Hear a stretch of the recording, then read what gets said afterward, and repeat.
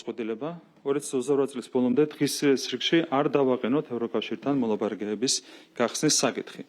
ასევე 2028 წლის ბოლომდე უარს ვამბობთ ყოველგვარ საბიუჯეტო გრანტზე ევროკავშირის მხრიდან.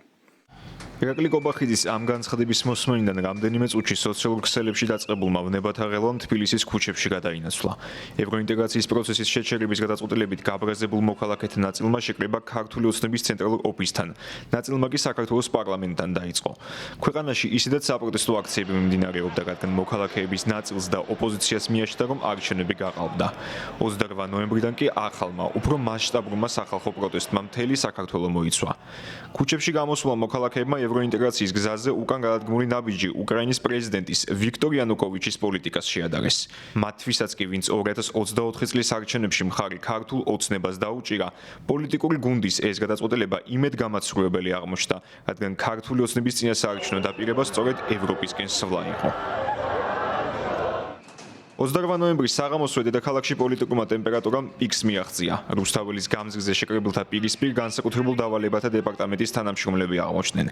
შინაგანსაკმათა სამინისტროს ბრძანებით სპეციალური დანიშნულების რაზმმა დემონსტრანტების წინააღმდეგ წყლის ჭავლი, ცხელმსადენი გაზი, ციცაკის სპრეი და ფიზიკური ძალა გამოიყენა. ძალისმიერი მეთოდებით დააკავეს ათობით მოქალაქე. ევროინტეგრაციის შეჩერების თაობაზე ქართული ოცნების გადაწყვეტილება და თბილისში განვითარებული მოვლენები მალევე აღმოჩნდა მსოფლიოს წამყვანი მედია საშუალებებისა და პოლიტიკური ლიდერების განხილვის თემა. ირაკლი კობახიძის განცხადება ირიბად შეაქეს მოსკოვში. საერთაშორისო პარტნიორობა კი მკაცრად დაგმეს და გულსატკენი უწოდეს. როდესაც საქართველოში ეს მოვლენები დაიწყო, სიმართლე გითხრათ, გაკვირვებული ვადევნებდი თვალს. საქართველოს ხელისუფლებასთან არანაირი ურთიერთობა არ გვაქვს, მაგრამ გამოუცა მათმა სიმამაცემ, რომელიც საკუთარი პოზიციის დასაცავად გამოიჩინეს. რა თქმა უნდა, საქართველოს დამოუკიდებელი ქვეყანაა. საქართველოს სუვერენული ქვეყანაა. საქართველოს გადასაწყვეტია, სურს თუ არა ევროინტეგრაციის გაგრძელება. ჩემი თვალსაზრისით, ეს ყველაფერი ძალიან სამწუხარო, ძალიან დასანანი და გულსატკენია. ჩვენ გავუღეთ ჩვენი კარი, ევროკავშირის კარი საქართველოს, უკრაინას და მოლდოვას. უკრაინა და მოლდოვა სწრაფად მიდიან წინ. ფართომასშტაბიან პროტესტსა და საპოლიციო ძალების მხრიდან მშვიდობიან დემონსტრანტებზე ძალადობას მალევე მოჰყვა კონკრეტული ნაბიჯები. ანტიდემოკრატიულად შეფასებული ქმედებების გამო ვაშინგტონმა თბილისთან 2009 წელს გაფორმებული სტრატეგიული პარტნიორობა გაწყვიტა. საპოლიციო ძალების მხრიდან სპეციალური საშუალებებისა და ძალადობრივი ქმედებების გაგრძელება მოქალაქეების კიდევ უფრო მწვავე წინააღმდეგობა გამოიწვია. თბილისის გარდა დემონსტრაციებმა საქართველოს სხვა ქალაქები და თითქმის ყველა სფეროს წარმომადგენელი მოიცვა. ევროინტეგრაციის პროცესის შეჩერება დაგმეს საჯარო მოხელეებმა, რომელთა ნაწილმა პროტესტის ნიშნად სახელმწიფო უწყებები დატოვა. თანამდებობების დატოვებით პროტესტს შეუერთდა უცხო სახელმწიფოებში მოქმედ დიპლომატთა ნაწილიც. ქუჩებში კი აქამდე ჩვეულ აქციებს საპროტესტო მარშები შეუერთდა. 8 დღის განმავლობაში სპეციალური დანიშნულების რაზმის წარმომადგენლები მოქალაქეთა წინააღმდეგ აქტიურად იყენებდნენ სხვადასხვა ქიმიურ საშუალებას. სამართალდამცველები და უცნობი ნიღბიანი პირების სამსახურებრივი მოვალეობის შესრულებისას ფიზიკურად უსწორდებოდნენ მედიის წარმომადგენლებსაც.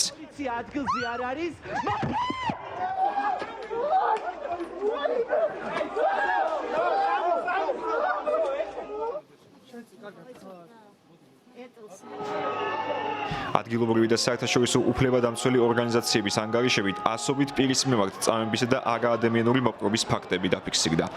საპოლიციო ძალების ქმედებებისგან თავდასაცავად დემონსტრანტთა ნაწილი სპეცრაზმს პიროტექნიკით უპირისპირდებოდა.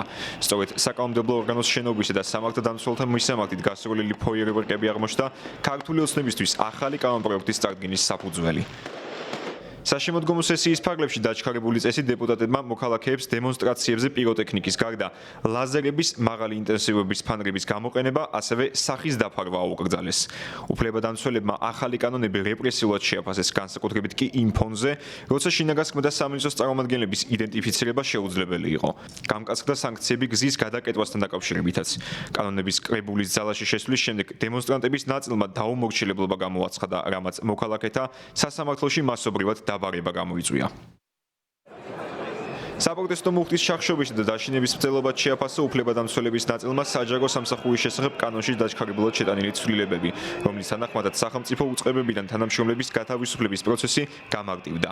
ამავე დროს სამოქალაქო პოზიციის ღიად დაფიქსირების გამო მოქალაქეები მასობრივად აცხადებდნენ საჯარო უწყებებიდან გათავისუფლების თაობაზე. პროევროპული საპროტესტო აქციების მიმდინარეობას დაემთხვა არაპირდაპირი წესით პრეზიდენტის არჩევა და მისი ინაუგურაცია, რომელსაც ძირითადად ქართული ოცნების წარმომადგენლები დაესწრნენ.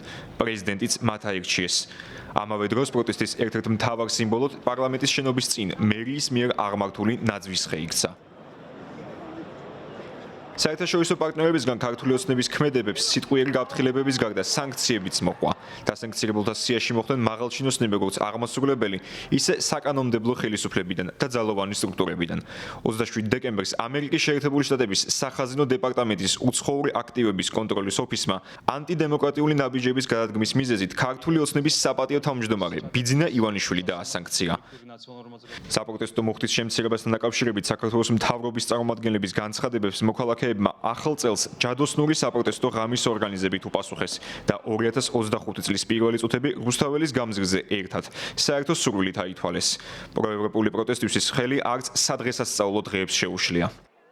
შემდეგ იყო გამორჩეული ქალი ჟურნალისტის დაკავება და მისთვის აღკვეთი ღონისძიების სახით ორთვიანი პატიმრობის შეფარდება.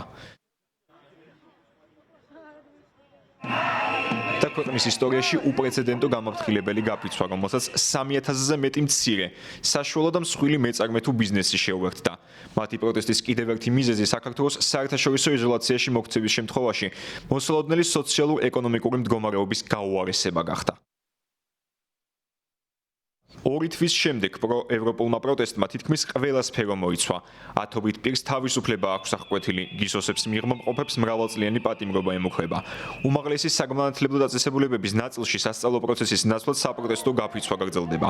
თბილისსა თუ რეგიონებში პროტესტის 2 თვის თავზე აქციის მონაწილეები შეკრებას კვლავ ხელახალი არჩევნების, დემონსტრაციებისას დაკავებული პირების გათავისუფლებისა და საქართველოს დასავლურ გზაზე დაბრუნების მოთხოვნით აკრძალებენ.